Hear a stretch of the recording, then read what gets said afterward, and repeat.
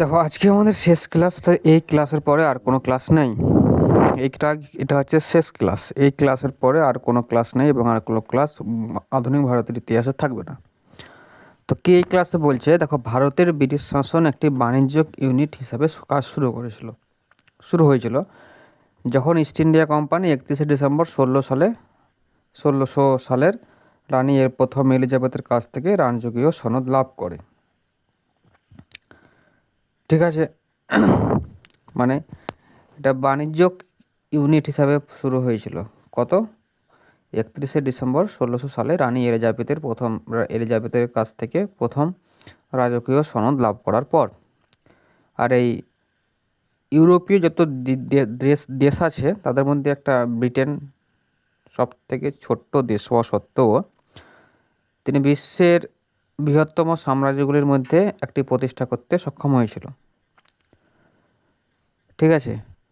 তো এটা কীভাবে করেছিল, দেখো, যখন এরা এসেছিল পলাশি যুদ্ধের পর, তখন তাদের মধ্যে বিভিন্ন রকম, দেখো, যে এইগুলো পরীক্ষাতে আসে 1773 থেকে 1833।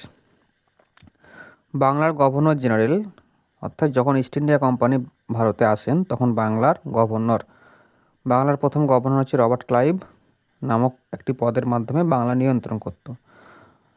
ঠিক আছে, বাংলার প্রথম গভর্নর রবার্ট ক্লাইভ। তো এ সময়তে বোম্বাই ও মাদ্রাজে নিজস্ব গভর্নর ছিল, কিন্তু 1773 সালে যে রেগুলেটিং আইনটা পাস হলো, এই রেগুলেটিং আইনের ফলে বললো যে বাংলার গভর্নর পদটিকে বাংলার গভর্নর জেনারেল পদ করতে হবে। এ সময় প্রথম গভর্নর জেনারেল হয়েছিলেন ওয়ারেন হেস্টিংস। এই আইনের মাধ্যমে বোম্বাই ও মাদ্রাজের গভর্নর বাংলার গভর্নর জেনারেলের অধীনে কাজ করত, মানে 1773 সালের রেগুলেটিং অ্যাক্টের মাধ্যমে। তারপরে চলে এলো ভারতের গভর্নর জেনারেল 1833 থেকে 1858। 1833 সালে চার্টার অ্যাক্ট দ্বারা বাংলার গভর্নর জেনারেল পদের নাম আবার পরিবর্তন করে হয়ে গেল ভারতের গভর্নর জেনারেল। আর এই ভারতের গভর্নর জেনারেল প্রথম তিনি হলেন লর্ড উইলিয়াম বেন্টিং। ঠিক আছে। তো এরপরে যেটা আসবে, যে লর্ড উইলিয়াম বেন্টিং হয়ে গেল এবার ভাইসরয়, এবং 1857 সালে বিদ্রোহের পর কোম্পানি শাসন বিলুপ্ত হয় এবং ভারত সরাসরি ব্রিটিশ রাজমুকুটের নিয়ন্ত্রণে চলে এলো। তো এই সময় 1858 সালের ভারত শাসন আইন পাস হয়, যা ভারতের গভর্নর জেনারেল পদের নাম পরিবর্তন করে ভারতের ভাইসরয় রাখে। ভাইসরয় সরাসরি ব্রিটিশ সরকার কর্তৃক নিযুক্ত হতেন। ভাইসরয় ডাইরেক্টলি ব্রিটিশ সরকার দ্বারা নিযুক্ত হতেন। আর ভারতের প্রথম ভাইসরয় হলো লর্ড ক্যানিং। তো এতটুকু পর্যন্ত। এবার যে আমরা বিভিন্ন রকম যে লেখাগুলো পড়বো, এই লেখাগুলো আমাদের ইম্পর্ট্যান্ট। গভর্নর জেনারেল ভাইসরয় এবং তাদের আমলে বিভিন্ন রকম কাজগুলো, হচ্ছে ওয়ারেন হেস্টিংস 1773 সালে রেগুলেটিং অ্যাক্ট। ওয়ারেন হেস্টিংসের সময়কালটা 1773 থেকে 1785, খুবই ইম্পর্টেন্ট। ওয়ারেন হেস্টিংসের সময়কালটা হলো 1773 থেকে 1785। 1773 সালে রেগুলেটিং অ্যাক্ট, 1784 সালে পিটের ভারত শাসন আইন, 1774 সালে রোহিলা যুদ্ধ, 1775 থেকে 1782 প্রথম মারাঠা যুদ্ধ, আর 1782 সালে সলবায় সন্ধি। তাহলে এই সম্বন্ধে সব ওয়ারেন হেস্টিংসের আমল হয়েছিল। দেখো, 1773 থেকে 1785, 1780 থেকে 84 দ্বিতীয় ইঙ্গ-মহীশূর যুদ্ধ, এগুলো তোমরা অলরেডি পড়া আছে। এবার পড়বো আমরা কর্নওয়ালিস, 1786 থেকে 1793 অব্দি। তৃতীয় ইঙ্গ-মহীশূর যুদ্ধ 1790 থেকে 92, শ্রীরঙ্গপত্তমের সন্ধি 1792, কর্নওয়ালিস কোড 1793, কর্নওয়ালিস কোড 1793। আর 1793 সালে বাংলার চিরস্থায়ী বন্দোবস্ত হয়। 1783 সালে বাংলার চিরস্থায়ী বন্দোবস্ত হয়েছিল লর্ড কর্নওয়ালিসের আমলে। তাহলে এটা তো খুব ইম্পর্ট্যান্ট। ঠিক আছে।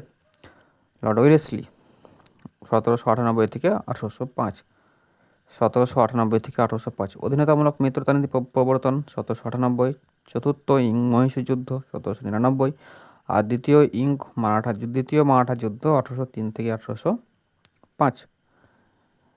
লর্ড মিন্টো ওয়ান 1807 থেকে 1813। রঞ্জিত সিংয়ের সাথে অমৃতসরের সন্ধি 1809, খুবই ইম্পর্ট্যান্ট। কার আমলে? লর্ড মিন্টো ওয়ানের আমলে। তাহলে রঞ্জিত সিংহের সঙ্গে অমৃতসরের সন্ধি 1809 লর্ড মিন্টো ওয়ানের আমলে। এরপরে লর্ড হেস্টিংস ইং নেপাল যুদ্ধ 1816। সুগৌলি সোন চুক্তি 1816 সালে। তৃতীয় ইং মারাঠা যুদ্ধ 1817 থেকে 1819। মারাঠা কনফেডারেন্সির বিলুপ্তি আর রায়তওয়ারি বন্দোবস্ত 1820। এগুলো কার আমলে হয়েছিল? লর্ড হেস্টিংসের আমলে, অর্থাৎ 1813 থেকে 1823 অবধি। তাহলে লর্ড মিন্টো 1807 থেকে 1813 আর লর্ড হেস্টিংস 1813 থেকে 1823। লর্ড আর্মহাস্ট 1823 থেকে 1828। প্রথম বার্মা যুদ্ধ লর্ড আর্মহাস্টের আমলে হয়েছিল। প্রথম বার্মা যুদ্ধ 1823 থেকে 1828। লর্ড উইলিয়াম বেন্টিং 1828 থেকে 1835। সতীদাহ প্রথার বিলোপ 1829। আর 1833 সালে charter act, Lord William Bentinck. কিন্তু মনে রাখতে হবে যে Lord William Bentinck. Lord Auckland 1836 থেকে 1842। প্রথম আফগান যুদ্ধ 1838 থেকে 1842 সালে হয়েছিল। তো এই তারিখগুলো অলরেডি করিয়ে দিয়েছি। হ্যাঁ, লর্ড হার্ড ইন জন, প্রথম ইঙ্গো শিখ যুদ্ধ 1845 থেকে 1846 ও লাহোরের চুক্তি 1846 সালে হয়েছিল। কন্যা ভ্রূণহত্যা বিলোপের মতো সামাজিক সংস্কার, এই লর্ড হার্ডিঞ্জ তিনি কন্যা ভ্রূণ হত্যা বিলোপের মতো সামাজিক সংস্কার লর্ড হার্ডিঞ্জ অনেক করেছিল। ঠিক আছে, এবার লর্ড ডালহৌসি অলরেডি আমরা জানি 1848 থেকে 1856। লর্ড ডালহৌসি কী করেছিল দেখো, ইং শিখ যুদ্ধ, বার্মা অধিগ্রহণ কত সালে? নিম্ন বার্মা অধিগ্রহণ ভারতের সাথে কত সালে হয়েছিল? 1852। এগুলো সব জানি। পূর্ত বিভাগ কে করেছিলেন? লর্ড ডালহৌসি। তো অলরেডি জানি যেগুলো সেগুলো আর করছি না। হ্যাঁ, লর্ড ক্যানিং 1856 থেকে 1862। লর্ড ক্যানিং 1856 থেকে 1862। 1857 সালে মহাবিদ্রোহ। 1857 সালে তখন তিনটা হয়েছিল প্রতিষ্ঠা। কলকাতা, মাদ্রাজ, বোম্বাইতে তিনটি বিশ্ববিদ্যালয় প্রতিষ্ঠা হয়। তারপর 1861 সালের ভারতীয় কাউন্সিল আইন। এগুলো ইম্পর্টেন্ট, সবই ইম্পর্টেন্ট, কিন্তু অলরেডি আমরা সব করেছি। শুধু সালটা মনে রাখবো। লর্ড ক্যানিং কত সালে? 1856 থেকে 1862। 1856 থেকে 1862। স্যার জন লরেন্স দরকার নাই, কিন্তু মনে রাখবো শুধু ভুটান 1865 জন লরেন্সের আমলে হয়। কলকাতা, বম্বে, মাদ্রাজে হাইকোর্ট প্রতিষ্ঠা হয় জন লরেন্সের আমলে, এটা মনে রাখবা। লর্ড লিটন 1876 থেকে 1880, খুবই ইম্পর্টেন্ট। দেশীয় সংবাদপত্র আইন 1878, অস্ত্র আইন 1878, দ্বিতীয় আফগান যুদ্ধ 1878 থেকে 1880। রানী ভিক্টোরিয়া কাইজার হিন্দ ভারতীয় সাম্রাজ্যী উপাধি গ্রহণ করেন লর্ড লিটনের আমলে। দিল্লি দরবার হয়েছিল, প্রথম দিল্লি দরবার। লর্ড রিপন দেশীয় সংবাদপত্র আইন বাতিল 1882। লর্ড রিপন 1880 থেকে 1882। প্রথম কারখানা আইন 1881 লর্ড লিটনের আমলে হয়েছিল। স্থানীয় স্বায়ত্তশাসনের ওপর সরকারি প্রস্তাব 1882। ইলবার্ট বিল 1883-84। শিক্ষার উপর হান্টার কমিশন 1882। তো এইগুলো কিন্তু লর্ড রিপন করেছিল 1880 থেকে 1884 অবধি। এবার চলে গেল লর্ড ডাফরিন, বার্মা যুদ্ধ, ভারতীয় জাতীয় কংগ্রেস প্রতিষ্ঠা, এতটুকুই, আর কিছু লাগবে না। লর্ড ল্যান্সডাউন কারখানা আইন 1891 ল্যান্সডাউনের আমলে। ভারতীয় কাউন্সিল আইন 1892 ল্যান্সডাউনের আমলে। আর ডুরান্ট কমিশন গঠন 1893 সালে। ডুরান্ট কমিশন গঠন কত সালে হয়েছিল? 1893। এটা খানিক ইম্পর্ট্যান্ট, লর্ড ল্যান্সডাউনের আমলে, এটা মনে রাখবা। আচ্ছা, লর্ড কার্জন পুলিশ কমিশন নিয়োগ 1902। বিশ্ববিদ্যালয় কমিশন নিয়োগ 1902। ভারতীয় বিশ্ববিদ্যালয় আইন 1904 আর বঙ্গভঙ্গ 1905। বিশ্ববিদ্যালয় কমিশন নিয়োগ 1902 আর ভারতীয় বিশ্ববিদ্যালয় আইন 1904। লর্ড কার্জন 1899 থেকে 1905। স্বদেশী লর্ড মিন্টো টু সালে, দেখো 1905 থেকে 1910। লর্ড মিন্টো টু 1905 থেকে 1910। স্বদেশী আন্দোলন 1905 থেকে 1911। কংগ্রেসের সুরাট বিভাজন 1907। মুসলিম লীগ প্রতিষ্ঠা 1906 আর মল্লে মিন্টো সংস্কার 1909 সালে। কার আমলে? Lord Minto two. Morley Minto সংস্কার অর্থাৎ লর্ড মিন্টো টু এর আমলে। ঠিক আছে তো। লর্ড হার্ডিঞ্জ বঙ্গভঙ্গ রোধ। লর্ড হার্ডিঞ্জ 1910 থেকে 1916। কলকাতা থেকে দিল্লিতে রাজধানী স্থানান্তর 1911। হিন্দু মহাসভা গঠন 1915। তাহলে হিন্দু মহাসভা গঠন 1915 সালে।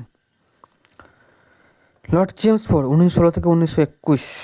লর্ড চেমসফোর্ড 1916 থেকে 1921। লখনৌ চুক্তি, চম্পারণ সত্যাগ্রহ 1917। মন্টেঙ্গুর আগস্ট ঘোষণা 1917, ভারত শাসন আইন 1919, রাওলাট অ্যাক্ট 1919, জালিয়ানওয়ালাবাগ হত্যাকাণ্ড 1919, অসহযোগ ও খিলাফত আন্দোলনের সূচনা, সবগুলোই কিন্তু হয়েছিল এখানে। ঠিক আছে। লর্ড রিডিং, দেখো লর্ড রিডিংয়ের আমলে যেটা হয়েছিল, চোরাচুরি ঘটনা 1922, অসহযোগ রিডিং কত থেকে কত, 1921 থেকে 1926, অসহযোগ আন্দোলন প্রত্যাহার 1922, স্বরাজ্য পার্টি প্রতিষ্ঠা 1922, কাঁকুড়ি ট্রেন ডাকাতি 1925, কার আমলে, লর্ড রিডিংয়ের আমলে, রিডিংয়ের আমলে, এটা কিন্তু মনে রাখতে হবে। ঠিক আছে। লর্ড আরউইন 1926 থেকে 1931, লর্ড আরউইন 1931 শেষ। ভারতের Simon commission 1927, Harcourt Butler Indian East commission, অত আসে না, তো মনে থাকলে ভালো, না থাকলে আর ভালো। নেহেরু রিপোর্ট 1928, দীপাবলি ঘোষণা 1929 সালে, খুবই ইম্পর্টেন্ট, দীপাবলি ঘোষণা 1929, কংগ্রেসের লাহোর অধিবেশন 1929, ডান্ডি মার্চ ও আইন অমান্য আন্দোলন 1930, প্রথম গোল টেবিল 1930, গান্ধী আরউইন চুক্তি 1931, খুবই ইম্পর্টেন্ট। দেখো লর্ড উইলিংটন 1931 থেকে 1936, এটা খুবই ইম্পর্টেন্ট। হ্যাঁ, এই লর্ড উইলিংটন, লর্ড লিনলিথগো, সাম্প্রদায়িক বটোয়ারা 1932, দ্বিতীয় ও তৃতীয় গোল্টের বৈঠক 1932, পুনা চুক্তি 1932, আর 1935 সালে ভারত শাসন আইন। আর একটা হচ্ছে লর্ড লিনলিথগো 1936 থেকে 1944, লর্ড লিনলিথগো 1936 থেকে 1944।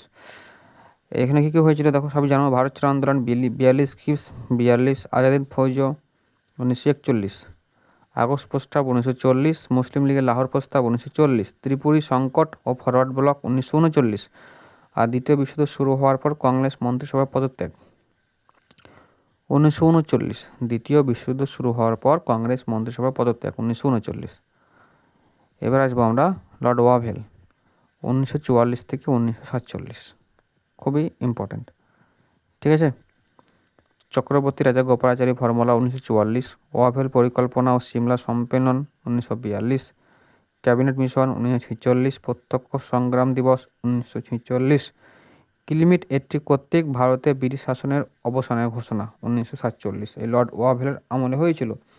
মানে ভারতে ব্রিটিশ শাসনের অবসানের ঘোষণা 1947 সালে এই লর্ড ওয়াভেলের দ্বারাই হয়েছিল। লর্ড মাউন্টব্যাটেনের সমাধি কী হয়েছিল দেখো, Lord Mountbatten 3 June plan 1947, Radcliffe commission 1947, আর ভারতের স্বাধীনতা 15 আগস্ট 1947, মাউন্টব্যাটেনের আমলে। শুধু একটা দেখো, চক্রবর্তী রাজা গোপালাচারী 1948 থেকে 1950, এই দেখো লর্ড মাউন্টব্যাটেন কিন্তু এখানে কী ছিল 1947 থেকে 1948, চক্রবর্তী রাজা গোপালাচারী 1948 থেকে 1950। 1950 সালে এই পদটি স্থায়ীভাবে বাতিল হওয়ার আগে ভারতের শেষ গভর্নর জেনারেল ছিলেন চক্রবর্তী রাজা গোপালাচারী। তো এতটুকু ক্লাস, আমাদের শেষ ক্লাস হয়ে গেল ভারতের মডার্ন আধুনিক ভারতের ইতিহাস। তোমরা ভালো করে পড়ো। Best of luck for WBCS examination 2024।